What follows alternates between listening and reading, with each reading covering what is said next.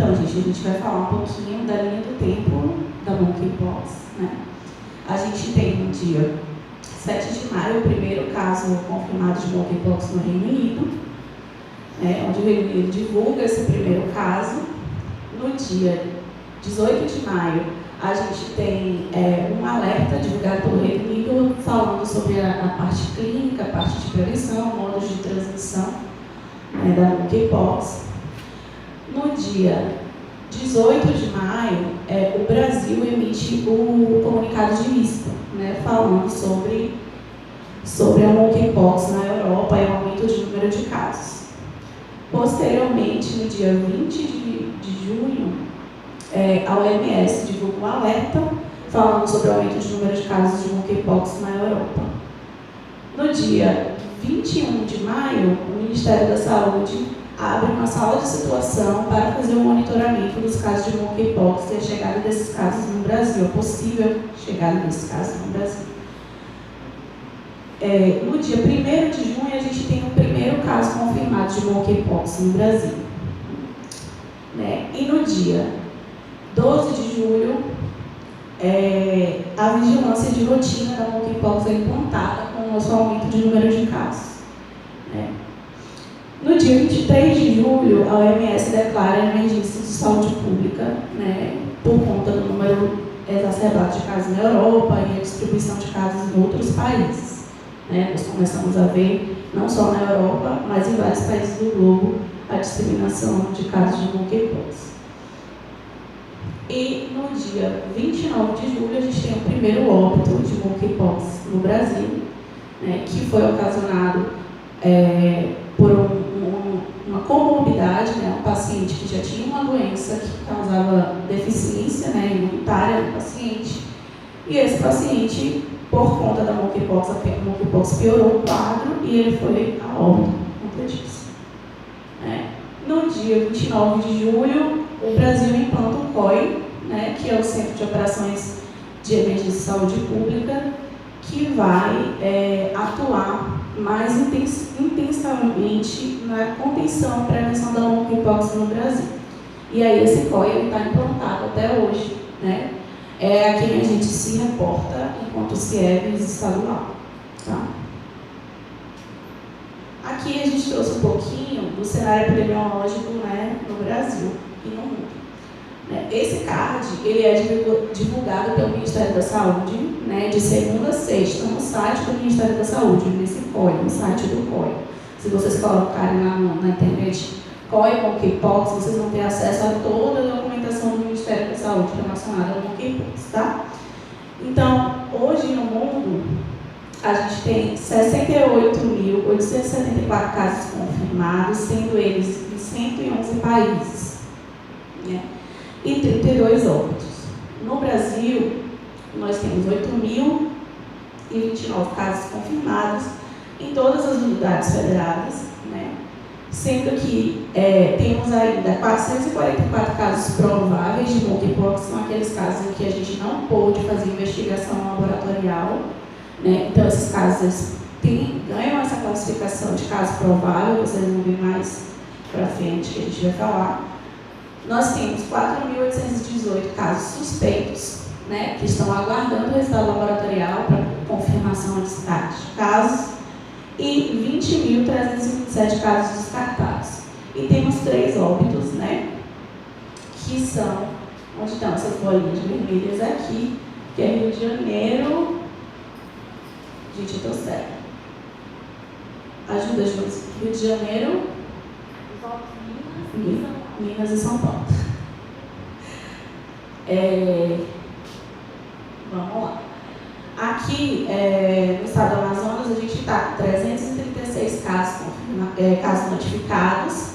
Esse CAD, só ressaltando, esse CAD aqui é de ontem, do dia 3/10. Hoje a gente está lançando um novo CAD. Esse CAD também está sendo disponibilizado no site da FBS, então vocês podem se atualizar pelo número de casos que a gente disponibiliza lá diariamente no site. Tá? Temos 122 casos descartados até o momento. 122 casos confirmados, 141 casos descartados, 73 casos suspeitos e nenhum óbito relacionado ao monkeypox. Aí vocês vão perguntar, Thaís, não saiu na mídia um caso de monkeypox que foi a óbito. Esse caso, ele não foi classificado como um óbito por monkeypox, tá? O paciente morreu de outras causas e ele tinha monkeypox. Então, a gente chama de óbito com monkeypox, não por monkeypox, tá? Então, ele não entra no critério de óbito por monkeypox. Atualmente, a gente tem 119 casos em Manaus, 2 casos confirmados, né, em Iranduba e um caso confirmado em Parintins, tá? A gente vê aqui pela semana epidemiológica de início de sintomas, né, que a maioria está aqui nessa semana 34, 35 de início de sintomas, certo? A gente vê também, pela faixa etária, que a nossa população está numa média de 29 a 57 anos, né, tendo a mediana de 29 anos. Então, a população 39? 29. Tendo a população jovem como a população mais acometida, tá? O sexo, a maioria masculina, vocês estão vendo que 97% dos casos, né, acometem a população do sexo masculino e 3% dos casos são do sexo feminino. A gente vê, vou passar para cá para poder enxergar direitinho, a gente vê que o principal sintoma relatado é a erupção cutânea, é claro, vocês não estão vendo. Erupção cutânea, é claro, porque sem erupção cutânea a gente não notifica para monkeypox, tá? É o primeiro sinal e sintoma que a gente tem que identificar. Mas posteriormente a gente tem febre, cefaleia, né, fraqueza, adenomegalia, que é o aumento dos gânglios, né, como fatores importantes. Esses sinais geralmente eles aparecem antes do aparecimento das lesões, mas também podem vir concomitantemente. Tá? Aqui, gente, no nosso card, a gente disponibiliza esse QR Code aqui, que é para ficha de notificação. Então, se vocês estiverem no serviço, atendendo o paciente, tenha sinais clínicos e entre no critério de definição de monkeypox, vocês podem usar o QR Code para poder fazer a notificação. Tá? Então, aqui falando um pouquinho dos sinais e sintomas para vocês. Como eu falei, o primeiro sinal e sintoma para a notificação que a gente enxerga é a erupção cutânea, certo? Que ela pode acontecer em face, em tronco, em membro superior, genital, membro inferior. Mas ela não é a primeira manifestação que aparece, certo? Antes de aparecer, ou seja, nesse período de incubação de 5 a 21 dias da monkeypox, podem ir aparecendo outros sintomas que a gente chama de sinais prodrômicos. Né? Esses sinais prodrômicos podem ser febre, pode ser inchaço dos gânglios, pode ser dor de cabeça, pode ser dor nos músculos, pode ser dor nas costas. A gente tem muito relato de dor de garganta, né? Entre os nossos casos, principalmente os casos positivos. Então, aparecem esses sinais antes da erupção, mas o que define para a gente, no caso de monkeypox, no caso suspeito de monkeypox, é o aparecimento das lesões. Tá? Então, os casos detectados, eles tiveram predominância de lesão na área de mucosa genital, anal e mucosa oral. As erupções também podem ocorrer em outras regiões, como eu falei para vocês, face, boca, tronco, mãos, pés ou qualquer outra parte do corpo. Então, aqui a gente trouxe um pouquinho a evolução da lesão. Às vezes o paciente ele vai chegar para a gente com uma lesão que é essa manchinha aqui, que a gente chama de mácula, certo? Então, o que acontece? A gente precisa observar e monitorar esse paciente para ver qual será a evolução da lesão, tá? Então, a evolução da monkeypox inicia na mácula, né, que pode ocorrer de 1 a 2 dias após o início da infecção, né? Depois, passa para a fase de pápula, que também pode ocorrer de 1 a 2 dias após a fase de mácula, né? Depois, a pápula ela é uma elevaçãozinha como se fosse uma picadinha de inseto, né? Tem a manchazinha, a mácula, e a elevaçãozinha que vai formar a pápula. Depois entra no estágio de vesícula, né, que também pode ocorrer de 1 a 2 dias, e aí a vesícula ela gera uma bolha com um líquido dentro, que inicialmente é um líquido transparente. Posteriormente da vesícula, ele entra para a fase de pústula, né, que aí já é uma vesícula com pus dentro, né, com secreção purulenta dentro, e depois ele entra para a fase de pústula, de crosta, desculpa. A fase de pústula para crosta, ela demora um pouco mais, porque a crosta é a cicatrização, é o processo de cicatrização, então demora um pouquinho mais, tá? Então, essa é a evolução padrão. Thaís, aí o paciente chega com várias lesões.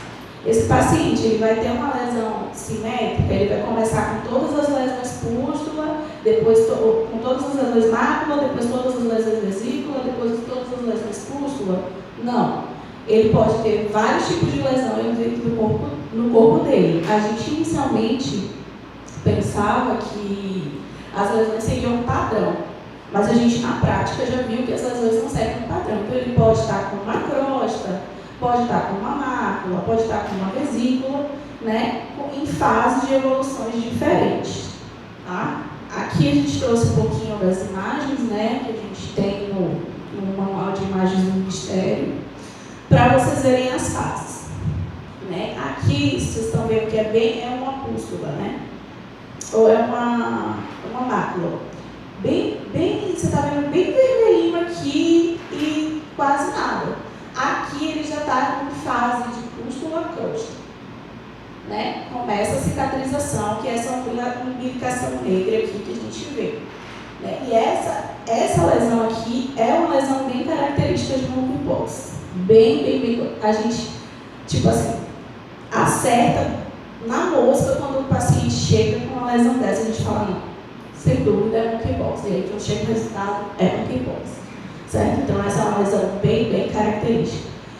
E aí, vocês estão vendo que causa edema em toda a região. Né? A mesma coisa, essa lesão aqui no dedo. Poderia passar facilmente como uma unha encravada, um fungo, uma infecção local. Né? E é monkeypox. Tá? Então, assim, a gente tem que suspeitar, né? Sempre ser sensível a todos os casos de erupção que a gente conseguir identificar. Tá? Aqui a gente vai ter também algumas lesões tipo mácula, né? Que podem passar por qualquer outra doença dermatológica, não necessariamente monkeypox. A gente já também tem relatos de lesão ocular, lesão na boca, né? Lesão em base de pênis, lesão anal. Importante dizer que essas lesões, elas são muito dolorosas, tá, gente? Elas não são lesões que não apresentam nenhuma característica, somente a lesão, tipo uma picadinha de inseto. Elas são lesões dolorosas desde o início e com o tempo elas vão causando edema, né, a ponto de causar edema de pênis, edema anal, a ponto do paciente às vezes não conseguir evacuar. Então são lesões que podem sim agravar e a gente precisa acompanhar e monitorar o paciente em relação a isso. Falando um pouquinho da transmissão, né? A transmissão entre humanos ocorre por meio de contato pele a pele, contato íntimo. Né?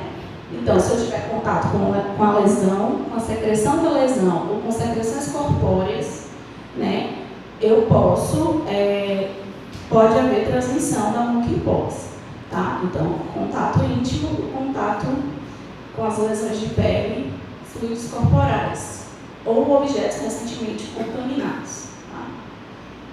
Após 2 a 3 semanas, as pústulas vão secar, vão formar crostas, que eu falei com vocês, né? Deixando a pele despigmentada. A gente faz o monitoramento do caso durante 21 dias. Após após os 21 dias, teoricamente, é para que o paciente não apresente mais a fase de crosta, a gente já tenha passado, né, da fase de crosta, mas a gente só libera o monitoramento depois que o paciente não tem nenhuma lesão, por mais que ultrapasse os 21 dias, certo? Os 21 dias são um parâmetro para a gente. E aí é importante falar dessa questão aqui do uso do preservativo, porque a gente já teve um caso, e aí vou citar esse caso que a gente teve, de um usuário que foi confirmado para monkeypox. Ele fez o isolamento dele durante os 21 dias, as lesões diminuíram, sumiram a parte né, caíram as crostas, e aí ele foi liberado do isolamento, como está no protocolo padrão. E ele tinha um namorado e chamou esse namorado para casa dele. Eles não tiveram relação sexual com penetração, porém eles trocaram carícias e teve contato, né, com o sêmen. Então, esse usuário posteriormente esse namorado, né, começou a apresentar lesões e procurou um serviço contando essa história. E quando a gente foi fazer a investigação, que a gente faz toda a investigação do caso, né, quando notifica, a gente viu, nossa, é o namorado do fulano. Né? Então, mesmo com a questão do acompanhamento, do monitoramento após os 21 dias, a gente recomenda que use preservativo, porque já existem estudos falando sobre a alta concentração de vírus, né, da monkeypox no sêmen. Então, por isso a orientação para o uso do preservativo. Tá? E esse paciente, esse namorado, acabou testando positivo também para monkeypox. Então, isso são coisas que a gente fica se interrogando, né, por ser uma doença nova, né, a gente ainda não sabe de muitas coisas, e a gente vai aprendendo durante o processo. E aí agora o Ministério está indicando o uso do preservativo. Em relação à vacinação, a gente sabe que nos surtos anteriores foi utilizada a vacina da varíola, né, para poder conter. Então, teoricamente, as pessoas que têm menos de 40, 50 anos, que não tomaram a vacina da varíola, elas estão mais expostas, né, do que as pessoas que tomaram a vacina da varíola. Thaís, eu tomei a vacina da varíola, não vou pegar monkeypox? Não, você está menos exposto, né, você tem menos chance do que uma pessoa que não tomou vacina, né? Mas todos nós estamos expostos à transmissão da monkeypox. Em relação ao tratamento, a gente faz o tratamento sintomático dos sintomas. Se o paciente está com dor, eu trato para dor. Se o paciente está com febre, eu trato a febre. Se ele está com dor muscular, eu trato a dor muscular. Porque a gente ainda não tem um tratamento específico para a monkeypox. A gente tem esse tecovirimat, que é... Deixa eu ver se saiu aqui. A gente tem um tecovirimat, que é um tratamento que o Ministério fez a aquisição. Porém, a gente tem poucas doses e esse tratamento ele é utilizado para pacientes graves, né, que estão em situação grave, estão internados, né, então muito acometido com a doença. Então, a gente tem que fazer toda uma justificativa técnica para o Ministério da Saúde, para que o Ministério da Saúde libere essa medicação para o paciente. Então, não é um tratamento ainda acessível à população. A gente utiliza o tratamento, né, sintomático. Falando um pouco da definição de caso, caso suspeito é todo paciente que apresente lesão cutânea, certo? Apresentou lesão cutânea, a gente já vai começar a suspeitar de monkeypox, tá? Então, só lendo um pouco a definição para vocês entenderem, né? Caso suspeito de indivíduo de qualquer idade que apresente início súbito de lesão em mucosas e ou erupção cutânea aguda sugestiva de monkeypox, única ou múltipla, porque a gente já teve paciente que foi só uma bolinha assim no pé. Aí a gente, não, esse aí não vai dar monkeypox. Saiu o resultado positivo para monkeypox. Então, não importa, teve lesão, né, sugestiva, a gente vai desconfiar. Né? Lesão única ou múltipla em qualquer parte do corpo, incluindo na região de genital e peniana e oral, e ou proctite, por exemplo, que é a inflamação da próstata, né? Dor anorretal, sangramento, e ou, vocês estão vendo que e ou pode ou não acontecer, né? E ou edema peniano, podendo estar associado a outros sinais e sintomas. Todos os nossos pacientes que apresentaram edema peniano ou dor anorretal precisaram de internação para tratamento de analgesia, para dor, porque a dor é muito grande. Então não adianta o tratamento por via oral, ele precisa ser internado para fazer o tratamento endovenoso, né? E muitas vezes, como eu falei para vocês, precisaram utilizar mecanismos de lavagem intestinal para poder fazer cocô, né? Porque não conseguia defecar por conta do edema, então não tinha passagem. Então é bem complicado, muitas vezes o profissional, ele vamos dizer assim, ele negligencia isso. O paciente diz que está sentindo dor e o profissional ele não enxerga direito o nível da dor, né? Para vocês verem que precisa de fazer medicação endovenosa. Então, a característica da lesão, a gente já falou, né? Mas eu vou só frisar aqui. Lesões profundas, bem circunscritas, muitas vezes com umbilicação central, que é aquela necrosezinha assim no meio da lesão, e progressão da lesão através dos estágios sequenciais específicos que a gente já falou: mácula, pápula, vesícula, pústula e crosta. Caso provável, como eu falei para vocês, o caso provável é aquele caso que a gente tem critério clínico epidemiológico, mas a gente não tem como confirmar de forma laboratorial, né? Então, às vezes, você chega para fazer a coleta da lesão do paciente, ele não tem mais lesão. Às vezes, o paciente se recusa, a gente já teve pacientes que se recusaram a fazer coleta, né? Ou às vezes a lesão é tão pequena assim que você não consegue fragmento para poder fazer a coleta. Então, na impossibilidade de fazer coleta e ter um resultado laboratorial, a gente sempre vai avaliar o critério clínico epidemiológico, classificar esse caso como um caso provável.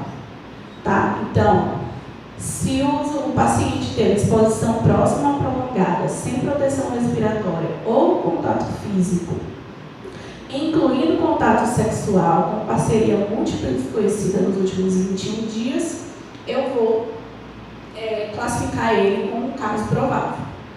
Tá?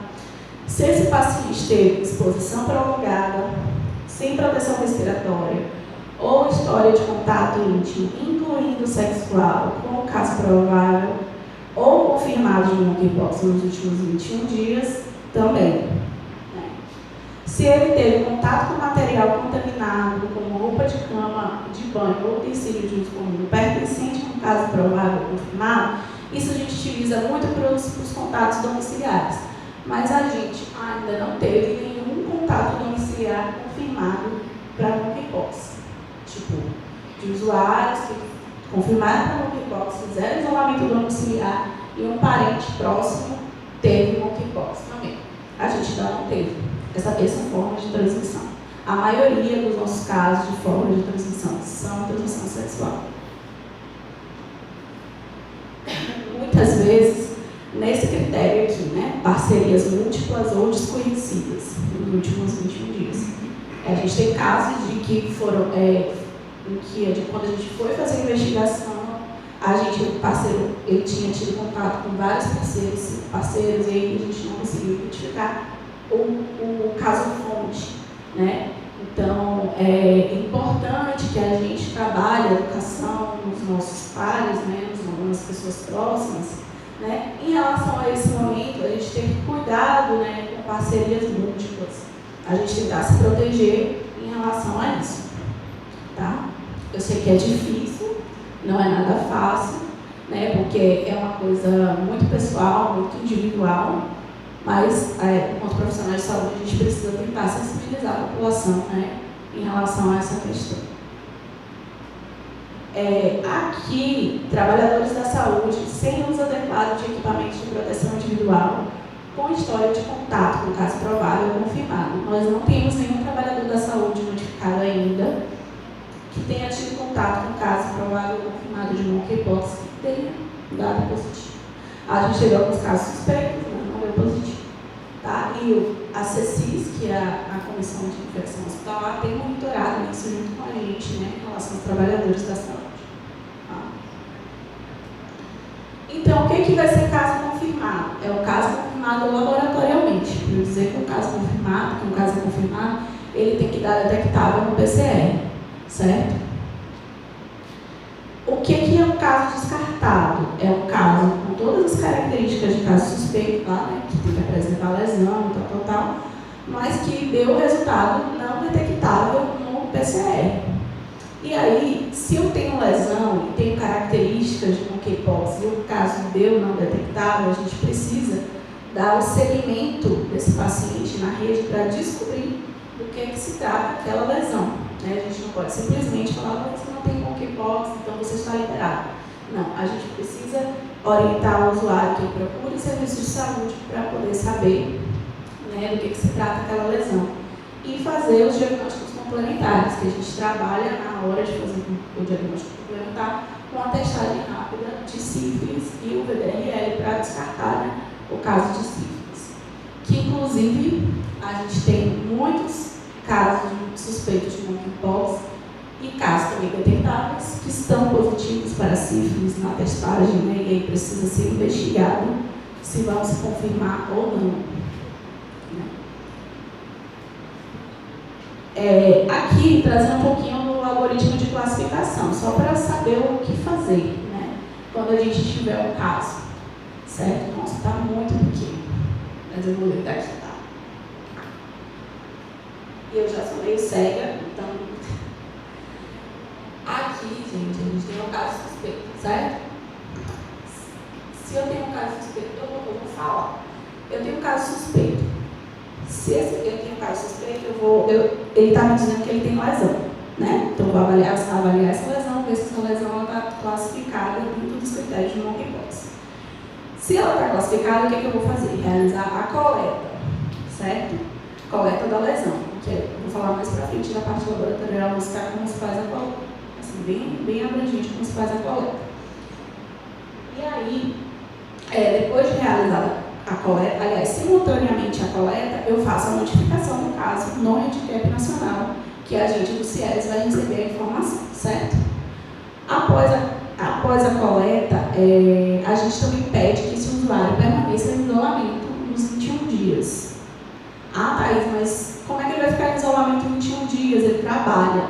A gente tem essa orientação de que o usuário que trabalha, né, que ele pegue um atestado de 7 dias, aguarde o resultado laboratorial e, caso se confirme, esse atestado seja renovado até os 21 dias que ele precisa ficar isolado. Certo?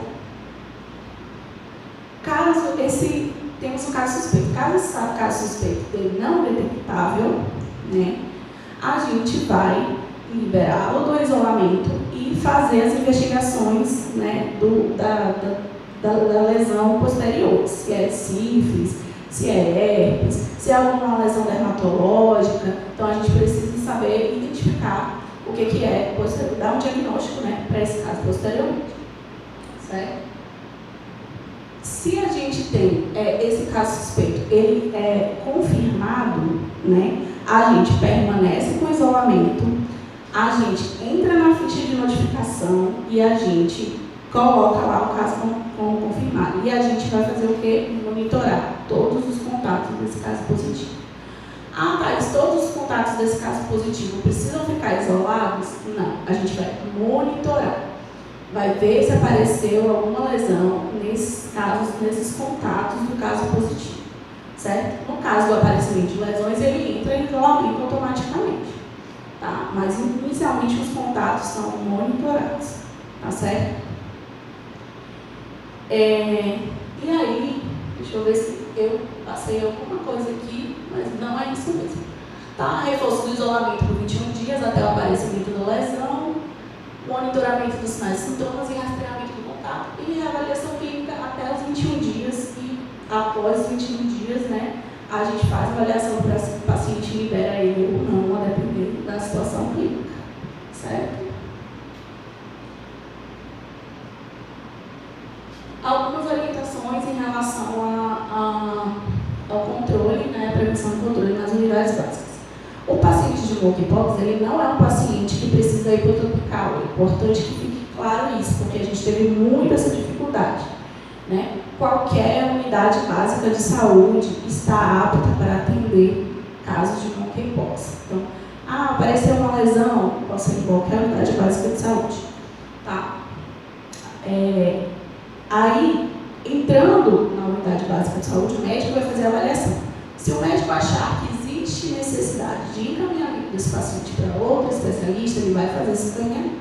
Mas a porta de entrada é a atenção básica. Tá? A referência, que é o tropical, a gente deixa para os casos mais graves. Certo? No momento do acolhimento, o paciente vai receber uma máscara cirúrgica, na hora que ele tiver isso dentro do serviço, tá? Vai receber uma máscara cirúrgica, orientação quanto ao uso correto da máscara e vai ser conduzido a uma área de isolamento. É importante que esse paciente, ao circular, se ele está suspeito de monkeypox, que ele utilize roupas cobrindo as lesões dele, porque a lesão é a forma de transmissão, né? A forma de contato para a transmissão. Então, a gente, por exemplo, teve um caso de um paciente que estava com muita dor e aí entrou em contato e falou assim, não, eu preciso ir no tropical. Aí a gente, tá, você vai como pro tropical? Eu vou de Uber. Aí já todos os alertas já se acenderam, né? Se bem que menos pior é ir de Uber do que ir de ônibus. Mas, tipo, todos os alertas se acenderam. Como que a gente vai fazer, né, para evitar qualquer tipo de contaminação? Então, pôr a máscara, ir com blusas de manga, ir de calça, ir calçado se ele tem lesão no pé, né? Sentar no banco de trás. Então, evitar contato próximo e evitar contato com as lesões. Certo? Sendo classificado como caso suspeito de monkeypox, o paciente deve ser mantido isolado, com precaução de contato e gotícula. Ou seja, aquele paciente vai fazer isolamento domiciliar. Se ele não conseguir ficar isolado no quarto, ele deve utilizar a máscara cirúrgica também dentro de casa e esse mesmo procedimento que eu falei para vocês. Usar roupa cobrindo a lesão, né, para que ele evite o contato da lesão com qualquer cômodo da casa e com outras pessoas, né, dentro da casa. Certo? Já falei também aqui, e deve ser notificado imediatamente a vigilância epidemiológica, porque, como a Josi falou, a monkeypox é uma doença de notificação imediata, né? A gente precisa agir imediatamente. Depois do isolamento imediato, já falei isso para vocês também, em caso sem complicações, né, ele pode fazer um isolamento domiciliar, usando a máscara e as precauções de contato. O isolamento do indivíduo só deverá ser encerrado ao desaparecimento completo das lesões, também já sinalizei isso para vocês, né? Aqui é mais para os municípios, né, do interior elaborar e implementar os planos de contingência, né, que precisam ser feitos para a monkeypox. Aqui, gente, é o nosso contato, né, do CIEVS Manaus, na verdade, CIEVS Amazonas e CIEVS Manaus.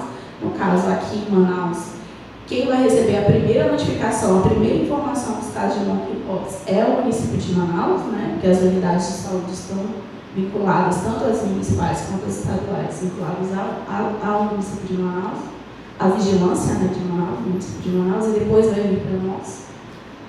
Né? Aqui mostrando um pouquinho da ficha de notificação para vocês, só a carinha dela mesmo, para vocês verem. Porque se vocês abrirem o link, vocês vão ver que é uma ficha bem extensa, então o ideal é que se preencha com o paciente do lado, ou então que você tenha a ficha física para preencher junto com o paciente, porque ela vai ter perguntas de foro íntimo que depois você não vai saber responder. Então, é o próprio paciente que tem que te responder. Então, oriento, se vocês forem fazer algum tipo de notificação, ou vocês utilizem uma ficha física e preencham e depois subam no sistema, ou vocês subam com o paciente do lado, insiram com o paciente do lado. Em relação ao fluxo laboratorial, o que é importante vocês saberem? Eu falei para vocês lá no fluxograma anterior, né? A gente suspeita de monkeypox, tem lesão, a gente coleta e notifica, não é isso? O que a gente coleta, Thais? A gente vai coletar dois swabs, né? Sendo que um vai ser da vesícula, né? Se o paciente tiver vesícula, você vai fazer fricção na vesícula e fazer a coleta, né? Vamos dizer assim, daquele líquido da vesícula. E a gente vai ter no outro coleta de fragmento, né? Que a gente vai pegar que é mais das crostas, né? Que a gente vai pegar os fragmentozinhos e vai colocar lá dentro do potinho de... É tipo aquele potinho da coleta da Covid, só que ele não é em meio líquido, ele é meio seco, tá? Então a gente utiliza aquele frasquinho ali para poder coletar os fragmentos e enviar para o laboratório. Também a gente trabalha com o suave nasal, que é o suave de nasofaringe, né, que é o mesmo da Covid, mas somente para gestantes, nos casos das gestantes. Se não for gestante, não precisa coletar suaves de nasofaringe, tá? Mas a gente vai coletar o soro também, porque o soro, ele vai fazer o nosso diagnóstico complementar, né, que é o teste rápido para sífilis ou VDRL para sífilis, tá? Então, o que a gente coleta no não gestante? São duas amostras de lesão, uma de vesícula, uma de crosta e o soro, certo? Essa amostra, ela vai para o LACEN e do LACEN ela vai para a Fiocruz, que é a Fiocruz que faz a análise, né, as duas análises das vesículas, da vesícula e da crosta, né? Ela vai para a Fiocruz e a Fiocruz é que faz o exame de PCR para a detecção de monkeypox, certo? Em relação aos casos de monitoramento de contato e rastreio, a gente tem afinado isso com a atenção básica, né? Já que a atenção básica está dentro do território, então é importante que a atenção básica faça um monitoramento tanto desse usuário que está diagnosticado com monkeypox, quanto dos contatos dele para ver se esse contato ele progride para o caso suspeito, né? O monitoramento do caso confirmado, ele é feito diariamente. Então, é feito por meio telefônico, a gente não vai... O serviço não vai na casa, é feito por meio telefônico, pergunta como que o paciente está, qual o grau das lesões, pede foto das lesões, né, e faz esse monitoramento diário. Tá? No caso dos contatos, a gente monitora o aparecimento das lesões. E, como eu falei, repito, o monitoramento é feito até o 21º dia ou até o desaparecimento das lesões. Tá? Aqui é só para vocês saberem que quando o paciente ele entra em isolamento, a gente fez essa fichinha para poder fazer o usuário se comprometer de que ele vai cumprir o isolamento, porque a gente teve muitos casos em que a gente orientou todo o isolamento, explicou sobre a doença e a pessoa não cumpriu o isolamento, estava trabalhando, estava na rua e tal. E esse usuário, esse paciente, ele pode ser responsabilizado juridicamente frente a esse ato, porque ele está expondo outras pessoas a doenças, né? Então, para nos respaldar juridicamente, né, a gente fez esse formuláriozinho, a gente orienta, lê para o usuário, ele assina, ele fica com uma cópia e a gente fica com outra cópia. E é importante para nos respaldar, né? Aqui eu já falei, gente, a maioria das coisas está em relação ao isolamento domiciliar, evitar contato com essa questão do paciente, né? Assim, essa questão do lixo é extremamente importante. Quando for descartar o lixo, ter um lixo específico, né, para descarte do uso daquele usuário. E eu assisti uma época que tem uma médica muito legal, ela deu uma dica muito legal, que é pegar no lixo, né, você pegar um pouquinho de água sanitária e jogar e beber, né, tudo que está dentro do lixo, água sanitária, para poder evitar a contaminação das outras pessoas que vão manusear aquele saco, né? Então, essa é uma dica legal. E sempre que for ter contato com o paciente, utilizar luvas, tá? Higienizar as mãos com água e sabão sempre, né? Para todo qualquer tipo de doença transmissível. Evitar utilizar toalha. Isso sabe que na nossa realidade é muito difícil, né? Mas aí a gente fala, tenha seu item, sua toalha separadinha lá, o seu talher separadinho, o seu prato separadinho, para que não haja contaminação das outras pessoas que estão no domicílio. Limpar frequentemente as superfícies que são mais tocadas com água sanitária, lavar as roupas separadamente, né, com água e sabão, e evitar o compartilhamento de talheres sendo lavado de 60 a 90 graus com água quente, né, e sabão. Isso aqui também já falei, isolar um quarto isolado, ou área separada da família, limitar a movimentação, se precisar se movimentar dentro da casa, utilizar máscara, utilizar roupa cobrindo as lesões, certo? Evitar visitas, evitar contato com animais, isso aqui é importante. A gente teve recentemente um caso de monkeypox em cachorro, porque o casal dormia com o cachorro em cima da cama.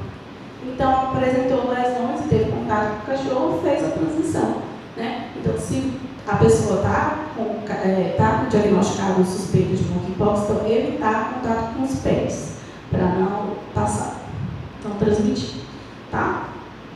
O paciente só poderá sair de casa em caso de emergência, caso necessário, como eu falei, sair com máscara, roupa comprida, evitar multidão, pegando o transporte preferencialmente individual ou a pé, sempre que possível. Em relação à rede assistencial, já falei para vocês que todas as unidades de saúde estão sensíveis para o diagnóstico de monkeypox. A porta de entrada preferencial é a atenção básica, né? E a gente tem como referência para a internação adulta e pediátrica, no momento, a Fundação de Medicina Tropical, e para gestantes, a maternidade Ana Braga. Tá? Então, se vocês souberem de alguém que esteja em uma situação que esteja mais grave, essas são as referências para os casos, na verdade, a Fundação é referência para o caso mais grave, no caso da gestante, a maternidade, né? E para casos simples, qualquer unidade básica de saúde. Tá bom? Essas são as nossas referências. A nota técnica está divulgada no site do FBS, certo? A Josi também ficou de passar essa apresentação e a nota técnica para vocês, para que vocês tenham acesso sempre que for necessário. A gente ressalta que todo dia muda, né? Eu acho que vocês tiveram experiência com o Covid também.